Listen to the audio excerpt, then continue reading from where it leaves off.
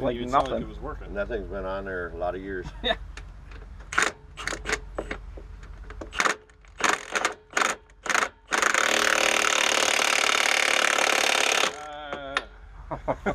It was driving that wedge in. Was it? Oh yeah.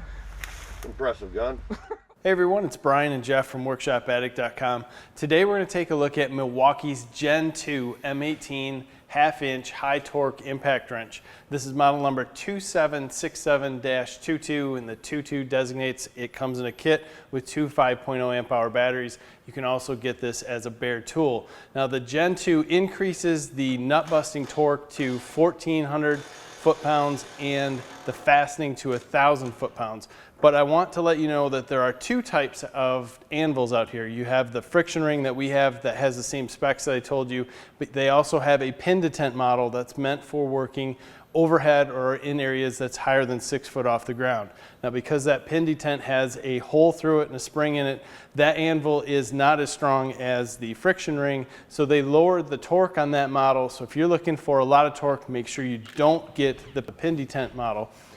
Go to our website, look at our blog, we have it explained out in there, but Milwaukee did change the materials on the pin detent model and it did increase over the Gen 1, so they did make the Gen 2 a little bit better. So let's go back to our friction ring model that we have in front of us and go over some quick specs. This is a fuel model, so it comes with a brushless motor and all the electronics built in for safety for both the tool and the battery. It has 1,000 foot-pounds fastening at 1,750 RPMs. with 2,100 impacts per minute. Now you might see this tool looks slightly smaller than the Gen 1, and it is by just about a ½ inch. It's noticeable, but not that much. It's still a pretty big tool, weighs in without the battery around 7.5 pounds. Now they did upgrade the modes on this. You have 4 modes instead of 3. Standard on here, 1, 2, and 3 are just like the Gen 1 models. They're just different speeds, different impacts, and different RPMs. But the drive control on mode 4 is for pulling out rusty bolts. It gives you full impacting while it's really working. And then once it feels that it's got that bolt coming, it slows it down to 750 RPMs.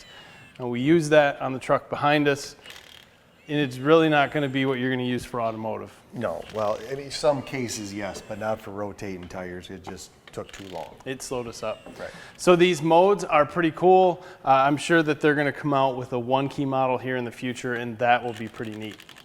Using this tool on the truck behind us to rotate the tires, while reinstalling the tires, we started out on level 1, and being cautious with the trigger, we brought them up to about 100 foot-pounds. So we thought, well, let's try level 2. And that brought us up, you know, just bumping the trigger about 140. And then we continued the rest with an actual torque wrench.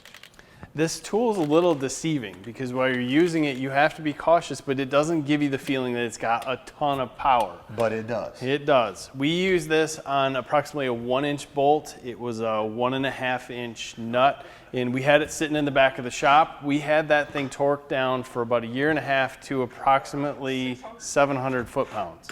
It was sitting there. We thought this is a great opportunity to try to use this to remove the nut from that bolt. Now we had to use a 1/2 inch to 3/4 inch adapter and a 3/4 inch to a 1-inch adapter to get a deep socket to go over the bolt to allow us to get on the nut. This thing removed that without issue. And we even tested it beforehand with the torque wrench to see if we could even move it, and the torque wrench maxed out at 650 pounds. So there is a lot of power here, and it's due some respect. So yes. Milwaukee did do some great work on this, and this thing's got some power. Milwaukee also changed the placement of the LED light. So whenever you change modes on the bottom or you pull the trigger, that light will turn on. The only drawback with using this tool on what we were doing is whenever you did go to change the modes, that LED light was kind of shining directly in your eyes. It made it kind of difficult to see what number setting you were on. So overall, if you only wanted to have one single impact wrench in your shop, this is it. Just respect it. I mean, you can just tear things apart if you want to. You can strip out threads. You can do just about anything you want with the power. So if you're working on cars, something smaller, use your mode selector. Yeah, I think that's a big thing. And if you're using this in construction and you're ripping out that rusted bolt and you're thinking, I'm getting it. Snap.